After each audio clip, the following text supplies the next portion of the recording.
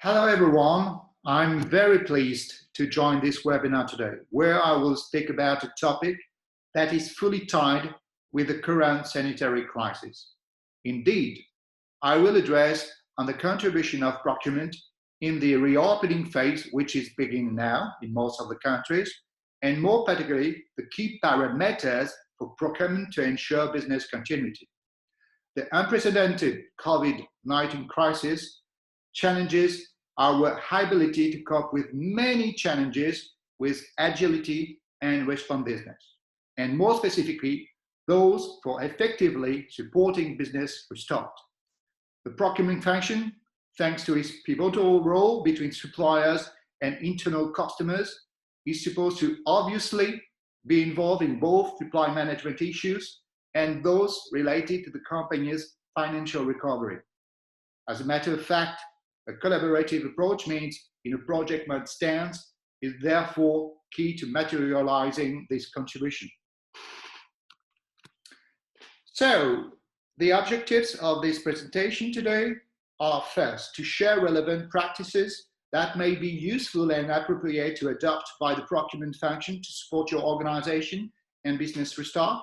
Second, to understand why and how to prioritize your key actions in the short and the mid-term view, taking into consideration and focusing on various structuring elements such as ensuring that the procurement teams have a clear and accurate understanding of their role, facilitating synergies between procurement and the various players in the business, working across the board and establishing a shared action plan, establishing an effective communication within and outside procurement, and then I will share, based on my own experience, some examples of good practices in tackling crisis.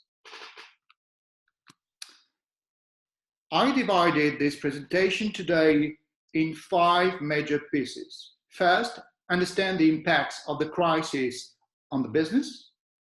Second, the human factor, a very key element in crisis management. Third, integrate the rationales and demands of the company into the crisis management plan. Fourth, identify procurement-related action, how to organize and structure them. And finally, how to move forward in project mode and communicate. My name is Vincent Gilli. I am the founder of CPO Plus, which is a consultancy and training service specialized in procurement and sustainable development. And I'm very excited to sharing with you today findings and lessons learned from my own experience in terms of crisis management. I have 20 years of high-level experience in strategic and operational procurement in highly globalized and competitive market environments, having worked among the most advanced companies in the field of procurement and supply chain. First of all, I would like to point out that this crisis management scheme is not limited to the COVID-19 crisis, only, but it's also valid for any types of situation requiring containment actions and mitigation plan. Let's try now to determine and understand the impacts of crisis in the business and its consequences. Indeed, the first element when tackling crisis is to analyze the type of crisis we are facing in order to establish and anticipate the possible consequences. For procurement, we will particularly take a look at the impact on the supply chain and any element that could jeopardize the business restart. For this, I have identified 2 major families of crises that can have more or less direct impact on your activity. Obviously, as a buyer, you will be particularly focused on the operational consequences, which can be materialized in different forms. Quality issue, shortage, production site at a standstill, very critical supplier financial health, topic I will come back later because it is certainly a fairly strong risk in the coming weeks, months. In the best case, being able to handle crisis management by having previously and proactively implemented a risk management policy should theoretically help overcome and limit the impact of the crisis. Of course, we cannot control all the parameters of a crisis, especially if the root cause of the crisis is based on a completely new scheme. Indeed, this is exactly the case with COVID-19, a virus which we are just beginning to understand the mechanism on humans and their impacts on our society, with all consequences not identified yet. Again, having invested in a risk management policy and putting in place self-care mechanism can help tackle a crisis in good conditions. Siemens Group in 2004 had implemented an outstanding risk management policy. And on my category of spend at this time, we had identified by business unit the critical components and the relevant purchasing volume. Consequently, containment actions were reflected in processes and plans that could allow to bear a potential crisis on those components. As you can see, anticipation is key, and the maturity, culture, and environment of the company will play a major role. To illustrate the consequences of a crisis, I like to address on three major events that I have personally experienced as a buyer. The first crisis in 2008, with suppliers in the semiconductor industry at the very limit of their production capacity to cover a very strong demand, and the challenge for certain industries, such as the automotive, to scramble to get the minimum required quantity to produce. By the way, some suppliers were taking advantage of this situation to raise prices significantly, while others played the game of partnership. The second crisis is a crisis of the banking system due to toxic assets management and the famous subprime issue in the US with unsettled mortgage mechanism. And we all were looking for cash. From procurement standpoint, suppliers were for some partially distressed before the crisis, were close to the bankruptcy after. Renault and PSA have injected hundreds of millions of euros to save subcontractors, knowing that some were in a single source or even in a single source technical customized components, and those suppliers represented up to 80% of their turnover. Of course, we can deeply question about the supplier strategy in this case. The third crisis is an environmental crisis with a nuclear power plant dramatically swept by a tsunami and its consequences on an anti-industrial region which possesses many factories in the field of high technology, semiconductors and subsystems, and all were shut down. These factories supplied many customers in Japan and around the world, and industries such as the automotive ones have been particularly impacted.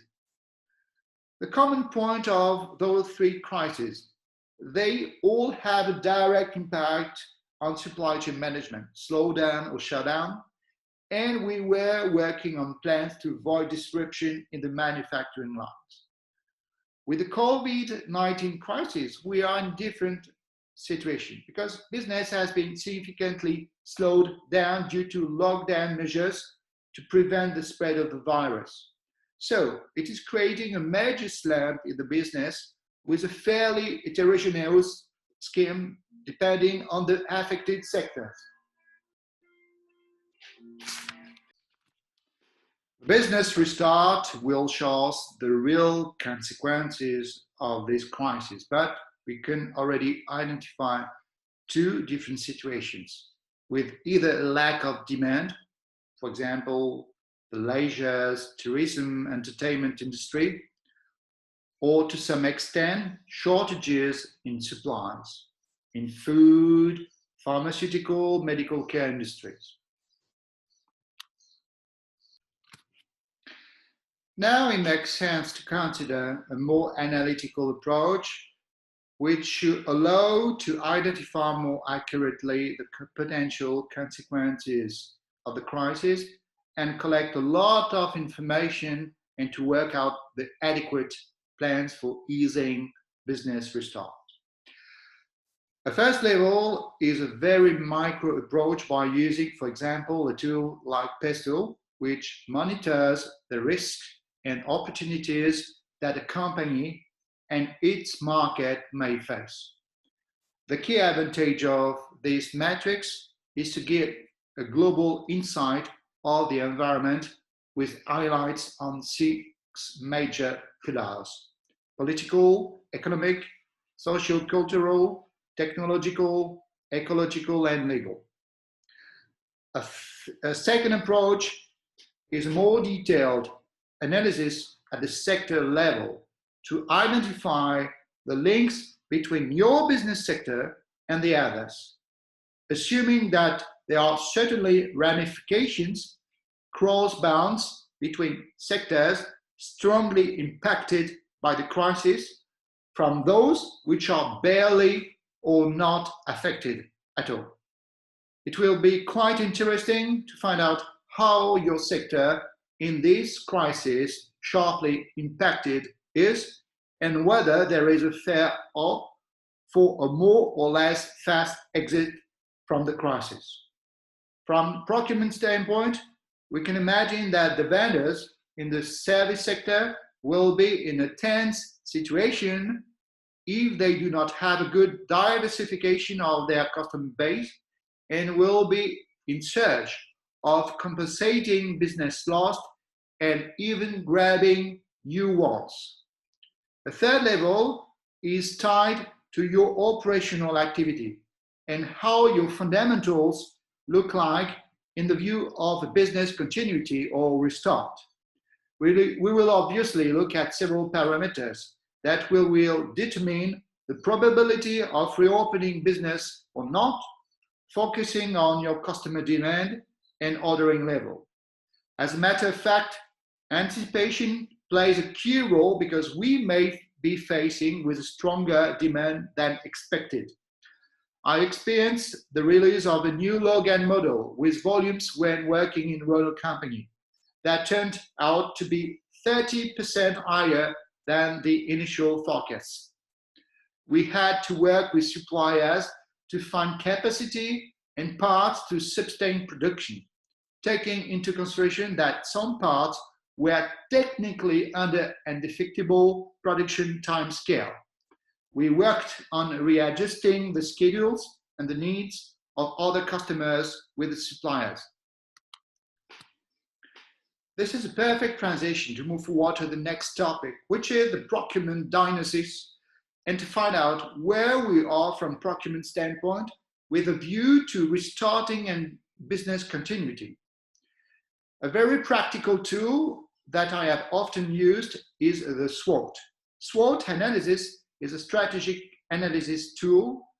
You can carry out diagnostics before initiating a project with the objective to assess the relevance of a future strategy. However, to obtain relevant outcomes with this matrix, it must be done very seriously and thoroughly.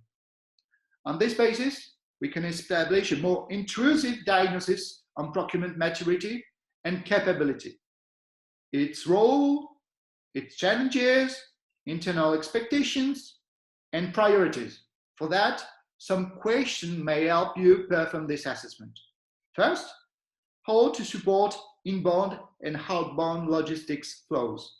For example, beyond finding material to produce, as we saw during lockdown, there have been strains over the availability of carriers with far higher prices. Second, who are my competitors on some material supplies? What is the customer base of my suppliers? Am I the only one on these parts, products, materials, or are we numerous players? Crucial question for niche in single source product. Third, my buying power. In view of my competition on the market, am I well positioned to convince my suppliers that they must prioritize their deliveries to me? Because we can imagine everyone will restart at the same time in the same sector. Other question, what is the maturity level of the relationship with my suppliers? Have I established a solid partnership with my main suppliers and critical ones? We'll come back to this later, but this topic is essential to restarting and supporting the business. In the year 2000, with the boom of the cell phone market and allocation plans occurred, I discovered the principles of whoever shouts the loudest, who is right, with a never-ending fight to get components and have priority over other customers. I remember that we had daily meetings with staggering forecasts on minimum volumes to avoid manufacturing disruption. In addition, having EDI-type tools could also facilitate planning. Eventually, commitment from suppliers is crucial, even though it also depends on your buying power. Another question, what about my financial health and the one of my suppliers? The financial aspect will play its full role during this phase of reopening business, because obviously we will tend to support sectors and companies that the level of solvency is safe.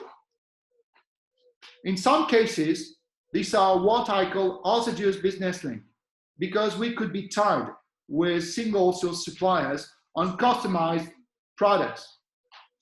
The financial crisis in 2008 and others reminded us that ultimately risk management works from the product design onwards, because this stage will influence and determine the keys to ease the next crisis management.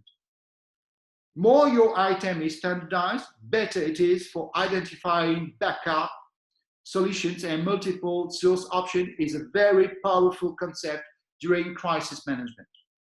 A crisis also can help convince some people still reluctant that some procurement methods could be crucial and this period of time are really appropriate for change.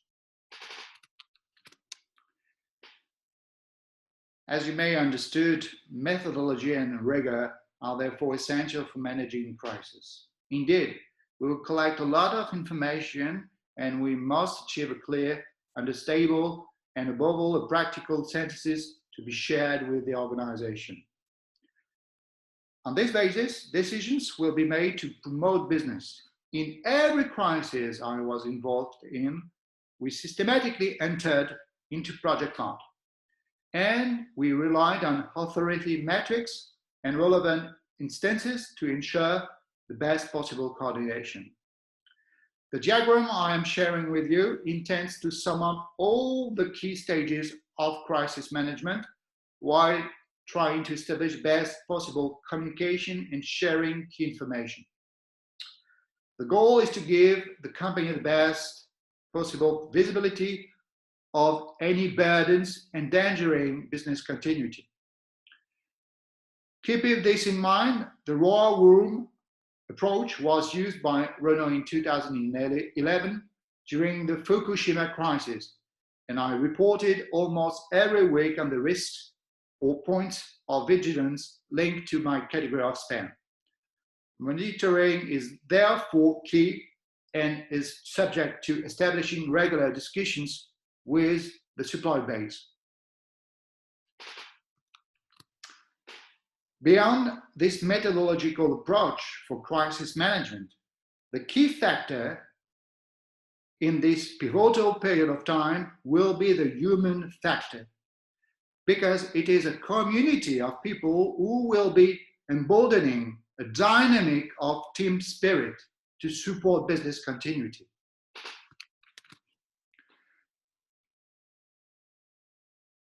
Which is obvious, but we are above all human beings with their personalities and their sensitivities.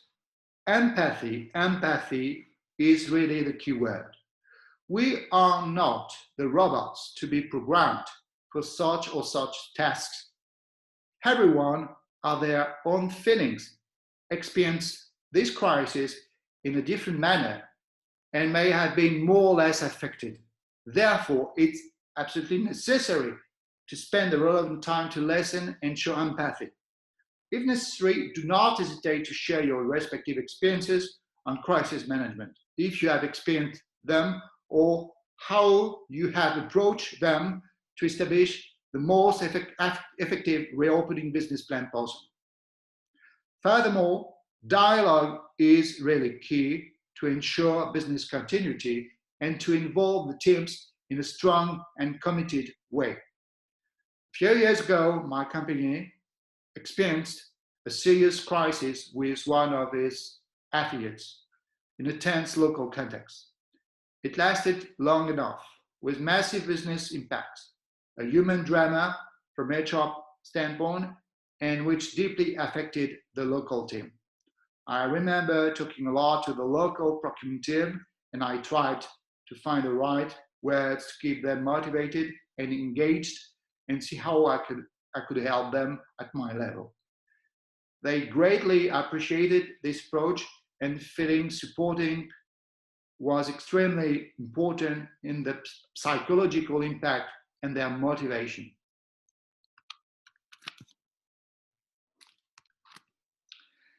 Having a motivated and committed team is a great starting point, but not everything. And it is necessary to ensure that each buyer is individually ready to deal with a crisis management plan. You will see that you do not have a seamless level of skills within the team, and it is important to assess their level of experience in crisis management and share on how to approach it in the best conditions. Then, the objective is to overcome the crisis as quickly as possible, so the how and the who does what are essential. It is vital to build this business reopening plan with the teams. The notion of leadership in these moments is therefore not overused, and you really have to feel emotion and a captain who takes the helm. You understand that the role of the manager is key, and we will be relying on him to be part of the best possible dynamic. It is also during those critical periods that we can sort good managers from the others. If I take into account my personal experience, I started out as a buyer by managing a crisis almost immediately in 2000. When you are a junior buyer, you are not necessarily prepared and ready for this type of situation. My chance to be in a very organized, structured industrial group, coached by a good manager, surrounded by colleagues with a high level of business skills, but also to rely on my own strengths, my dynamism, my commitment, motivation, a certain rigor, and an entrepreneurial side, namely agility and responsiveness. At this stage, we can try to make a first takeaway of the key guidelines and approaches to consider during crisis management. First, provide clear guidance and objectives to procurement folks. You shall rely on managers to define them. Be realistic in actions. In fact, you do not necessarily have a seamless level of skills, again, within the team. However, the general principles on how to drive actions and way of doing must be the same. Manage those actions in regards of your environments. Not everyone can benefit from a very structured organization, relying on well-established and running processes, at least from operational standpoint. Now, if not the case, this is a great opportunity to work on it immediately. Agile, flexible enough to deal with unpredictable events and anticipate. A crisis is usually paved by lots of uncertainties. The COVID-19 crisis has not yet revealed all its secrets and potential impacts. You will have to be able to adapt to these unforeseen events and unpredictable events. Explain, discuss, convince with internal customers. Communication is definitely the key in managing crisis and facilitating a business reopening. It is supposed to give visibility and therefore hope. During a crisis, trust plays a key role. Share your vision with the organization? Yes, procurement shall be able to thrive in motion, acknowledged by the entire organization, and with a vision that will be relayed and supported by a stakeholder, ideally an ex-com member. Now, any action plan, especially during crisis, is supposed to include key requirements from top management.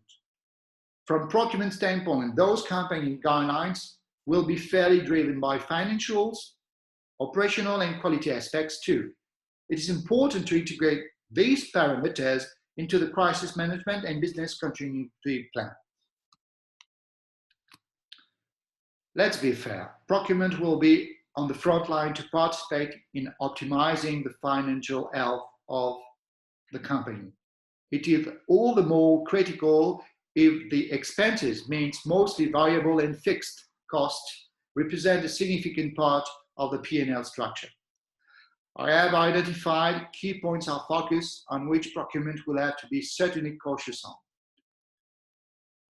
First question, what to do with massive stocks level when business recovery is low? It will affect directly the working capital parameter. Second, on the variable cost, which is essentially bound to the production level, it will be necessary to be vigilant on supply price ripples linked to the signed contract or market trends. Again, it will depend on the general mood and trend of the sector in which you operate. I have known suppliers who took advantage of the crisis in 2000, had increased their price by up to 30%. Good time also to recognize your real partner. Of course, it will be necessary to discuss with the finance department about the savings opportunities and validate their positive impacts for the company and ensure that it will generate quick wins and create real value for the company. Clearly, travel expenses, some investments will be reduced, shift, or simply cancelled. I have the example of the financial crisis in 2008, and Renault Group had decided to postpone all business trips over a period of 3 months. This dimension is certainly the most familiar for procurement because it will directly affect the supply chain aspects. Now, it is particularly important to understand the key steps related to this supply chain scheme in order to tackle more efficiently the potential negative impact on operations. Obviously, I identify 4 main parameters where purchasing could have a clear involvement: shipments, maintenance, repairs, ordering, and anything linked to sanitary. The main link and the main lever will be the supplier relationship, and it will be absolutely instrumental to make sure that you have installed a very efficient and very fruitful interaction with the supplier to cope with any potential burdens and issues across the board. Obviously, quality is also a must, and we have to be very focused on making sure that the quality level of goods and services will be at the right level. So crisis does not mean under quality or being rubbish. So it makes really sense to support actively all quality processes and to meet corporate rules. Again, I mentioned some key points of focus for procurement, but again, the key message behind is to avoid quick and dirty, and therefore not to mismatch speed and hurry.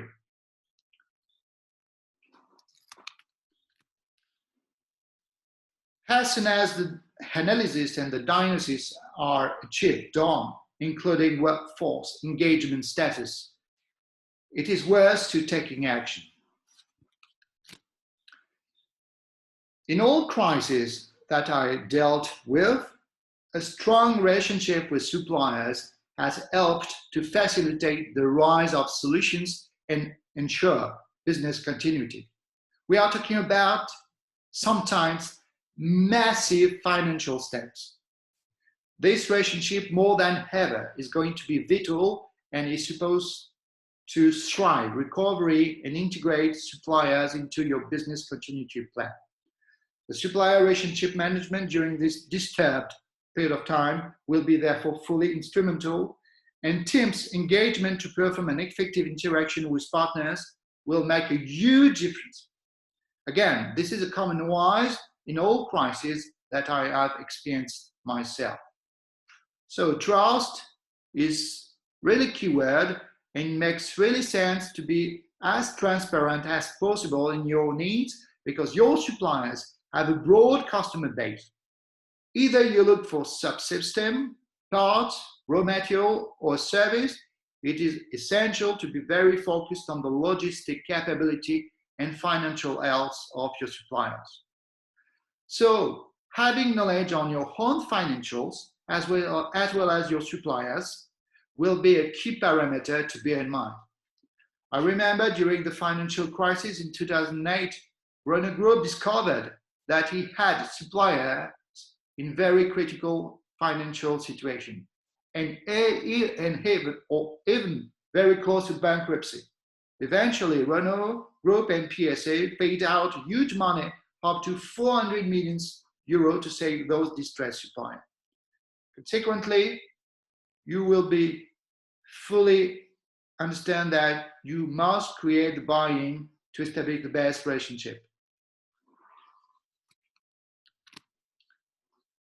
This is a very interesting and informative Siemens chart to recall the key stages of the supply chain and the relevant in-depth knowledge necessary to control the impacts and define the actions mandatory to keep business continuity on track.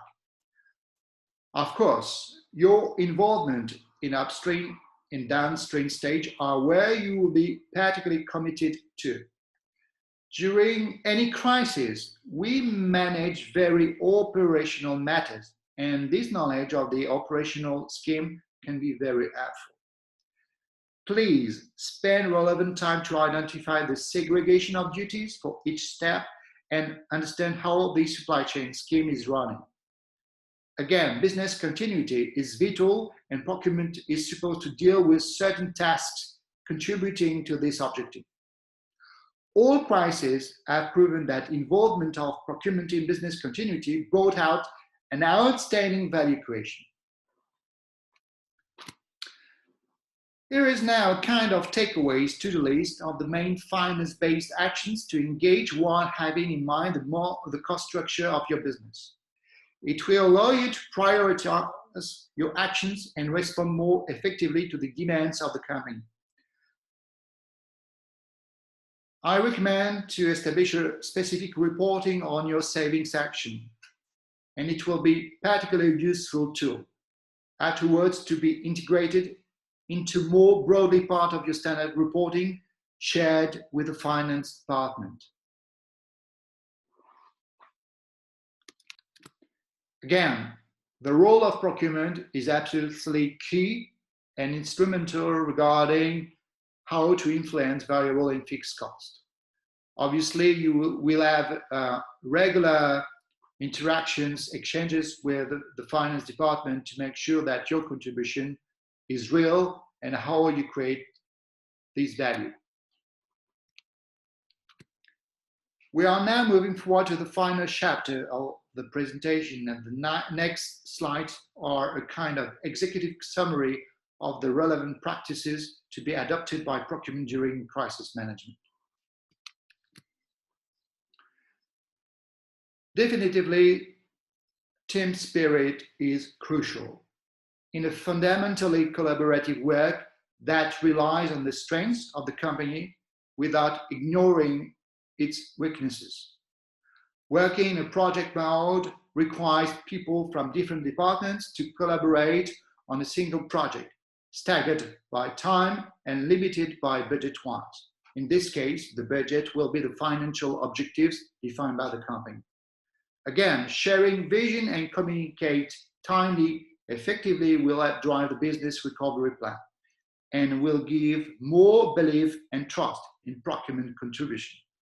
At the end of the day, it's all about partnering and engaging procurement in the company's strategy. Of course, as soon as we enter into project mode, it means that we have to carefully and thoroughly follow some guidelines and ways of working. The project review will help and is a key element of the project management process, which allows all stakeholders to get an insight on the progress before moving on to the next milestone. Consequently, releasing reports on progress regularly and leveraging timely and purposely top management for making crucial decisions are mandatory. I like this slide because it emphasizes how deep procurement definitively is at the crossroads between suppliers and internal customers. It makes sense to mitigate any risk of miscommunication and that interactions between in and out is as effective as possible. Consequently, procurement will play a role of advocate between both sides to foster a mutual understanding for meeting needs. By definition, communication will include both tools and processes which should help detect and anticipate crises as well as elements of response to those crises. In this logic, it makes sense that procurement will pursue this approach in order to give visibility to the organization. It's now time to conclude this presentation, and I would like to share two key messages before ending. The first one is about attitude.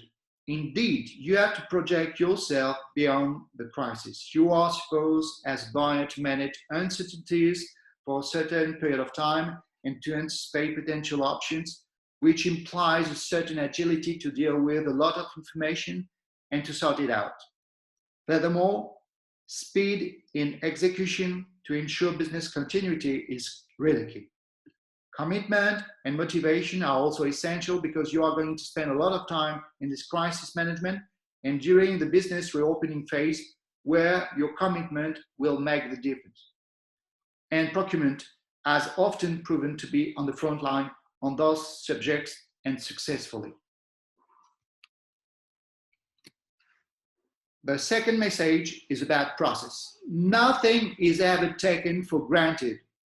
It's now hard time to consider risk management as a crucial tool for the company's strategy because it is not widely spread and used as it has to be. It will help mitigate the consequences of crises which of course will never affect you but the others.